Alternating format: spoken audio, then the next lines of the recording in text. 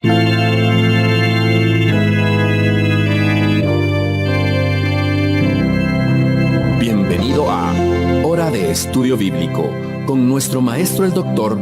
Lehman Strauss. Este estudio es el resultado del tiempo personal con el Señor, el ministerio pastoral y la experiencia en conferencias bíblicas del Dr. Lehman Strauss. Él nos instruye y alienta con la enseñanza de la palabra de Dios. Ahora, el Dr. Strauss. Muy bien, gracias a Dios por un nuevo día, una nueva oportunidad. Gracias también a ustedes, queridos oyentes, que están allí acompañándonos en nuestro estudio bíblico. Vamos a orar a Dios comenzando en esta oportunidad. Amado Padre, te agradecemos en este día por habernos dado tu palabra. Te pedimos que al estudiarla seamos guiados por el Espíritu Santo. Te pedimos por la guía del Espíritu, ya que sabemos que el intelecto humano no puede comprender la palabra de Dios sin la ayuda de Dios. Y Señor, necesitamos esa guía. Bendice a todos los que están escuchando hoy. Ayúdanos a ver la verdad en este capítulo y lo que tú quieres enseñarnos. Que no nos perdamos las lecciones de la vida que tú tienes para nosotros en este día. Te lo pedimos en el nombre del Señor Jesucristo. Amén. Muy bien, vamos a considerar a partir de hoy Génesis capítulo 6. Pero antes, para comprender bien el capítulo, quiero darles un breve repaso de algunas cosas muy importantes que vimos allí en el capítulo 5. Génesis capítulo 5 registra al primer hombre que caminó con Dios. Su nombre era Enoc. Y Enoc caminó con Dios en una época en la cual el mal prevalecía. Enoc seguramente vio toda la maldad porque vivía en medio de ella y él era parte vital de esa gente. Pero algo maravilloso sucedió en Génesis 5:21.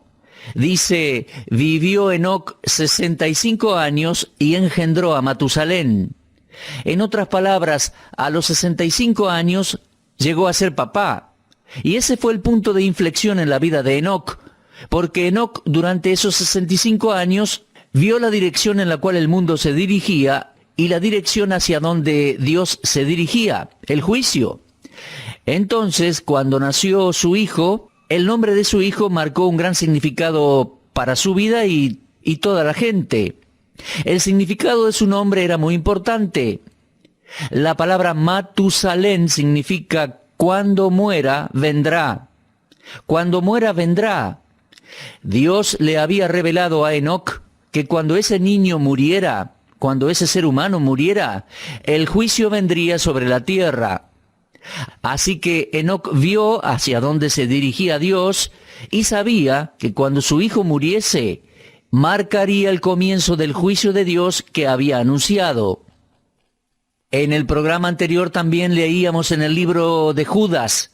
Vamos por un momento a esa pequeña epístola, allí justo antes de Apocalipsis. Leemos en esa pequeña carta, versículo 14. De estos también profetizó Enoc, séptimo desde Adán, diciendo, he aquí vino el Señor con sus santas decenas de millares, para hacer juicio contra todos, y dejar convictos a todos los impíos de todas sus obras impías que han hecho impíamente, y de todas las cosas duras que los pecadores impíos han hablado contra él.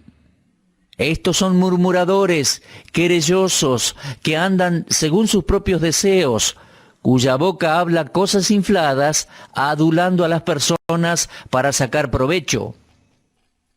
En estos versículos de Judas tenemos a aquellos que piensan que se trata de una profecía, la profecía de un día futuro en el cual Enoc va a profetizar la venida de Cristo. Yo creo que esa es una segunda aplicación del versículo, pero entiendo que la interpretación primaria, eso creo yo, debe referirse a la época en que vivió Enoc. Lehman Strauss cree que Judas estaba escribiendo o diciendo que cuando Enoc vivía, profetizó y predicó diciendo que Dios iba a ejecutar juicio sobre aquella generación impía. Así que en Judas 14 y 15 tenemos el significado primario que se refiere al diluvio de la época de Noé. Ahora, por favor, regrese al capítulo 5 de Génesis. Allí en el versículo 26 leemos así: vivió Matusalén, después que engendró a Lamec, 782 años, y engendró hijos e hijas. Fueron pues todos los días de Matusalén 969 años, y murió. Vivió Lamec 182 años y engendró un hijo, y llamó su nombre Noé, diciendo: Este nos aliviará de nuestras obras y del trabajo de nuestras manos, a causa de la tierra que Jehová maldijo. El nombre Noé significa consuelo o descanso. Así que Enoc sabía que el juicio venidero era inminente. Sabía que después de la muerte de su hijo Matusalén, Dios iba a traer juicio. Pero Matusalén después tuvo un nieto llamado Noé, y Noé iba a traer descanso y alivio a su pueblo en ese tiempo de juicio. Ahora déjeme observar algo rápidamente en Génesis 9. Fíjese versículos 28 y 29. Dice que vivió Noé después del diluvio 350 años, y fueron todos los días de Noé 950 años, y murió. Ahora sustraiga 350 a 950 y le quedan 600. De esa manera entendemos que el diluvio vino el mismo año en que Matusalén murió. Y la cronología está aquí mismo en la Biblia. ¿Se da cuenta? Esto es algo extraordinario. Dios esperó 969 años para juzgar al mundo con diluvio. Enoc supo cuando el bebé nació que el juicio vendría. Él profetizó que vendría. Él predicó que el juicio vendría después de la muerte de Matusalén. Y sabemos que el juicio vino justo después de que Matusalén murió.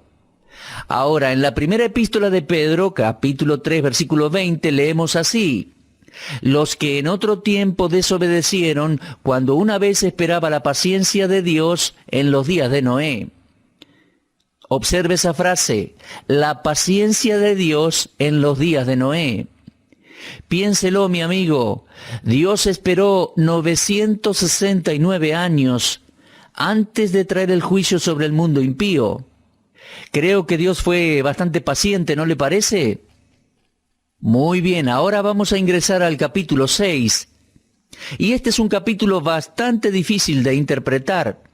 Vamos a leer los versículos 1 y 2. Repito, Génesis 6, 1 y 2.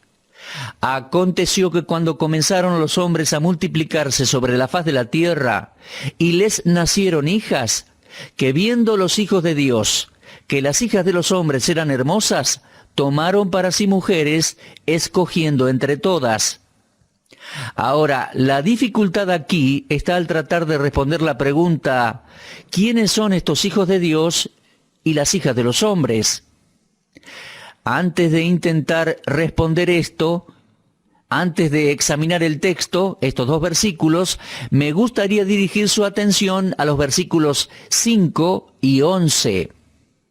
En el versículo 5 dice: vio Jehová que la maldad de los hombres era mucha en la tierra, y que todo designio de los pensamientos del corazón de ellos era de continuo solamente el mal. Y versículo 11 leemos así: se corrompió la tierra delante de Dios, y estaba la tierra llena de violencia. Y miró Dios la tierra, y aquí que estaba corrompida, porque toda carne había corrompido su camino sobre la tierra. Quise leer estos versículos para mostrar un poco la corrupción moral de aquella época, la cual había tocado fondo.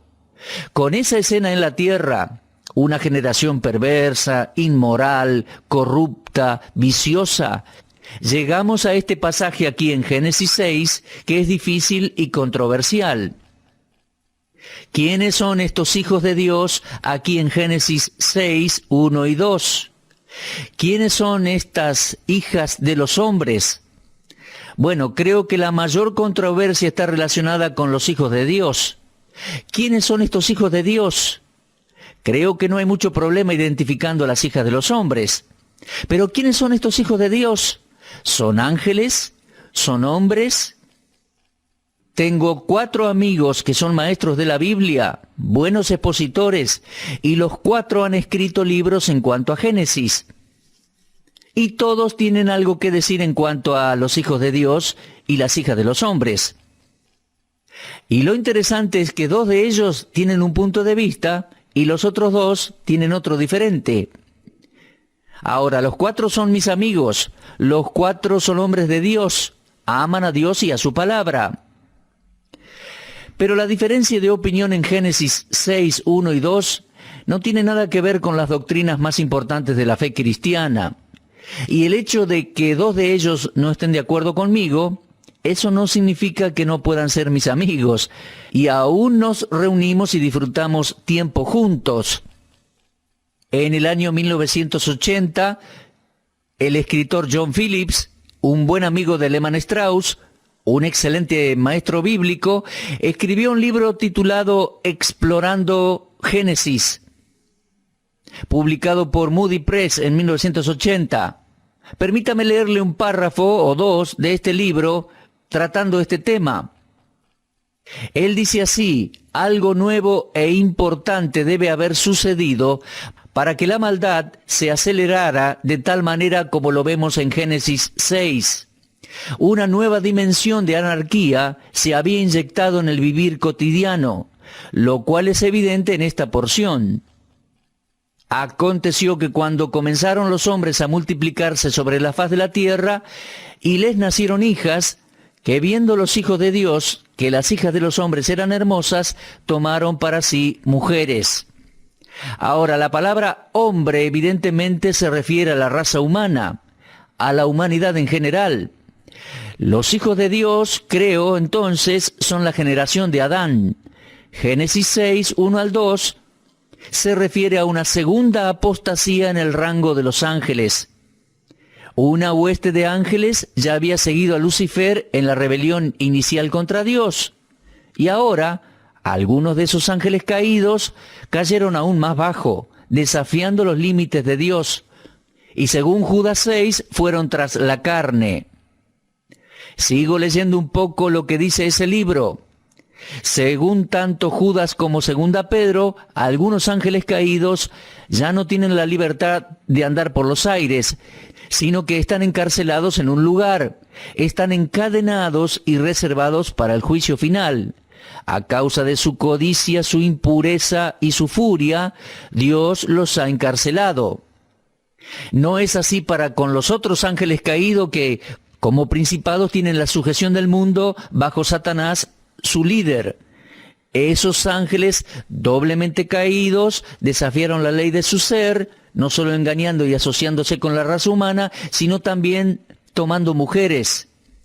Judas y Pedro comparan el pecado de estos ángeles caídos a la par del pecado de Sodoma y de Gomorra. El punto de vista que dice que los hijos de Dios eran los descendientes de Set y que el capítulo 6 muestra la separación entre los piadosos y los rebeldes, muy difícilmente puede aceptarse. ¿Cómo puede ser que la unión matrimonial entre seres humanos piadosos e impíos produzca una raza de gigantes? ¿Cómo puede ser que un simple deslizarse de la fe produzca un alza tan tremendo de maldad que necesitara un diluvio y que la apostasía culminara en formas demoníacas avanzadas? Ese escritor sigue diciendo: la expresión hijos de Dios aparece solo 4 veces en el Antiguo Testamento, 3 veces en el libro de Job, capítulo 1, versículo 6, Job capítulo 2, versículo 1, y Job 38, versículo 7, a donde leemos que los hijos de Dios se presentaban delante de Dios y Satanás estaba presente. En ese contexto es muy evidente que los hijos de Dios son seres angelicales. En Job 38:7 leemos que durante la creación del mundo, las estrellas del alba alababan y los hijos de Dios se regocijaban. Los hijos de Dios, una vez más, evidentemente son seres superiores. La otra referencia está en el libro de Daniel, donde leemos que Nabucodonosor vio a 4 hombres caminando en el horno de fuego ardiente. Él reconoció a 3 de ellos, sus víctimas, pero el aspecto del cuarto era semejante al Hijo de los dioses. En ese caso se trataba del Hijo de Dios. Creo que era una apariencia preencarnada como un ser sobrenatural. Mis amigos, leí lo que dice el hermano Phillips, y él concluye así: esos hijos de Dios eran ángeles caídos, eran demonios, y esos demonios tuvieron relaciones sexuales con mujeres, y el resultado fue el nacimiento de los gigantes. Eso dice el hermano Phillips. La verdad es que Lehmann Strauss no está de acuerdo con lo que mi amigo dice. Y permítame refutar ese punto de vista. Debo decir en primer lugar que es verdad que los ángeles son llamados hijos de Dios, pero ¿son hijos de Dios como ángeles o como ángeles caídos? Si son ángeles caídos, no son más hijos de Dios, son demonios. Los ángeles son llamados hijos de Dios, creo yo, antes de haber caído. Todos los ángeles que cayeron son llamados demonios en la Biblia. Los ángeles caídos y malvados nunca son llamados hijos de Dios, sino demonios. Ahora, los ángeles buenos son llamados hijos de Dios, jamás van a cometer pecados. ¿Cómo puede ser que un ángel bueno, un hijo de Dios, un ángel no caído, cohabite con mujeres y produzca maldad? Creo que si hicieron eso, ya no son hijos de Dios, sino que serían demonios.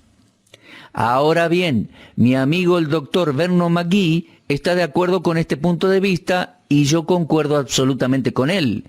Los hijos de Dios no pudieron ser demonios. Creo que no son ángeles, no son ángeles.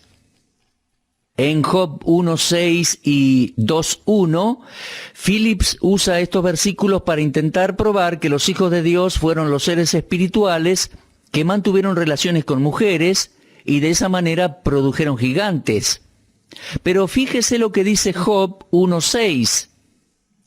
Un día vinieron a presentarse delante de Jehová los hijos de Dios, entre los cuales vino también Satanás.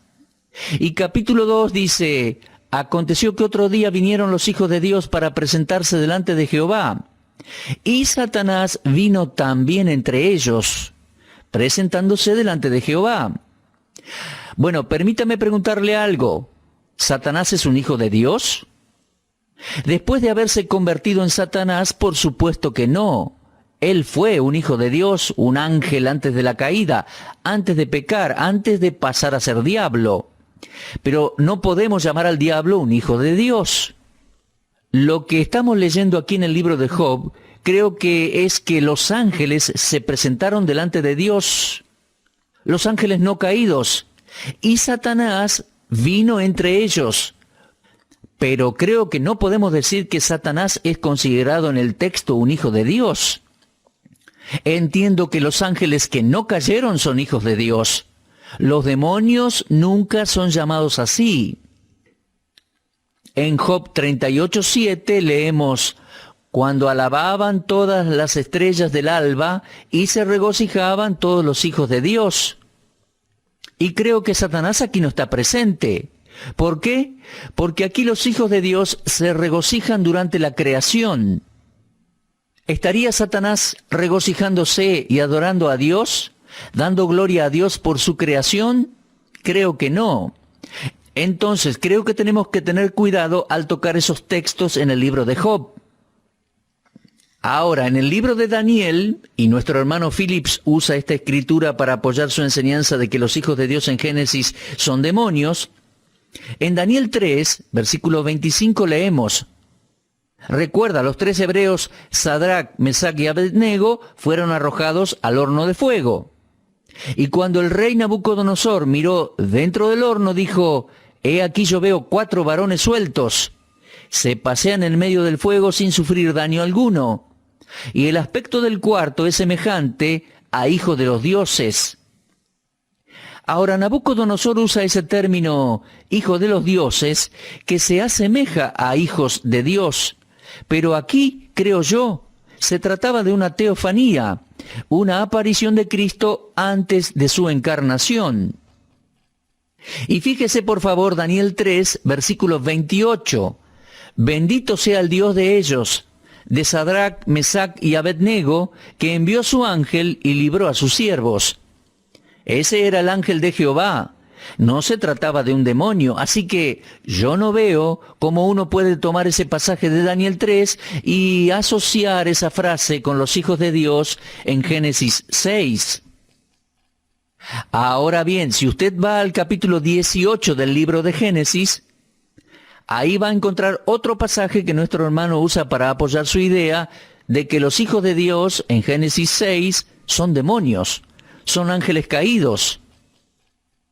En Génesis 18 leemos: «Después le apareció Jehová en el encinar de Mamre, estando él sentado a la puerta de su tienda en el calor del día. Alzó sus ojos y miró, y he aquí 3 varones que estaban junto a él. Y cuando los vio, salió corriendo de la puerta de su tienda a recibirlos, y se postró en tierra. Y dijo: Señor, si ahora he hallado gracia en tus ojos, te ruego que no pases de tu siervo». Ahora, el señor Phillips sugiere que estos eran seres espirituales y simplemente crearon cuerpos para sí mismos. Es verdad que en Génesis 18 es posible que tengamos la deidad. Se trata de Dios manifestado en alguna apariencia humana. Pero sugerir que los demonios pueden crear cuerpos implicaría que los demonios pueden crear vida. Y eso no es así. Creo que los demonios no pueden crear un cuerpo. Sí pueden meterse en uno, es decir, poseer un cuerpo. Ahora, estábamos viendo el libro de Judas hace un momento. Si puede usted ir ahí nuevamente, libro de Judas, versículo 6. Allí leemos: «Y a los ángeles que no guardaron su dignidad, sino que abandonaron su propia morada», dice allí. ¿Lo puede observar? Cada ángel llegó a caer dejando su morada, la morada que Dios le había creado. Y cuando un ángel se hace demonio, rompe con Dios, deja su morada y por lo tanto debe buscar otra morada. Permítame darle una ilustración del Nuevo Testamento. En el Evangelio de Marcos, capítulo 5, tenemos una historia interesante que creo que será de ayuda para comprender lo que dice Génesis 6. Dice Marcos 5, «Vinieron al otro lado del mar, a la región de los Gadarenos. Y cuando salió él de la barca, enseguida vino a su encuentro, de los sepulcros, un hombre con un espíritu inmundo, que tenía su morada en los sepulcros, y nadie podía atarle, ni aun con cadenas. Porque muchas veces había sido atado con grillos y cadenas, mas las cadenas habían sido hechas pedazos por él, y desmenuzados los grillos, y nadie le podía dominar. Y siempre de día y de noche andaba dando voces en los montes y en los sepulcros, e hiriéndose con piedras. Cuando vio pues a Jesús de lejos, corrió y se arrodilló ante él, y clamando a gran voz dijo: «¿Qué tienes conmigo, Jesús, Hijo del Dios Altísimo? Te conjuro por Dios que no me atormentes». Porque le decía: «Sal de este hombre, espíritu inmundo». Y le preguntó: «¿Cómo te llamas?». Y respondió diciendo: «Legión me llamo, porque somos muchos». Y le rogaba mucho que no los enviase fuera de aquella región. Estaba allí cerca del monte un gran hato de cerdos, y le rogaron todos los demonios diciendo: «Envíanos a los cerdos para que entremos en ellos». Ahora, mi amigo, ¿por qué pidieron estos demonios ir a los cerdos? Porque dejaron su morada original que Dios les había dado. Por lo tanto, debieron buscar un lugar a donde vivir. Marcos 5 nos está diciendo simplemente que los demonios escogieron morar en cuerpos. Judas dice que dejaron su morada y entonces vinieron a morar en cuerpos. Ahora, ellos no podían morar en el cuerpo de un hombre de Gadara porque Cristo los había sacado. Y ellos se conformaron con ir a los cuerpos de esos cerdos. Ahora, es verdad que los demonios buscan una morada, pero los demonios no pueden crear cuerpos, no son los autores de la vida. Así que Lehmann Strauss no puede aceptar ese punto de vista que dice que los hijos de Dios eran demonios que tuvieron relaciones sexuales con mujeres. Bueno, mis amigos, vamos a tratar este tema con un poquito más de extensión y profundidad en nuestro próximo estudio, porque recién estamos comenzando el capítulo 6. Entonces, vamos a tomar un tiempo para tratar de explicarlo bien y dejar bien en claro quiénes eran los hijos de Dios y quiénes eran las hijas de los hombres. Hacemos una pausa por hoy. Les sugiero que lean en su casa todo el capítulo 6 de Génesis. Y Dios mediante, vamos a continuar nuestro estudio en nuestro próximo programa. Será hasta entonces y que Dios les bendiga muchísimo. Usted estuvo escuchando Hora de Estudio Bíblico con el maestro el doctor Lehmann Strauss. Si desea escuchar una vez más este mensaje, visite nuestra página en la internet www.bbnradio.org. Le dejamos la invitación para que el día de mañana nos acompañe aquí, en este mismo horario y punto del dial. Hora de Estudio Bíblico es una producción de BBN.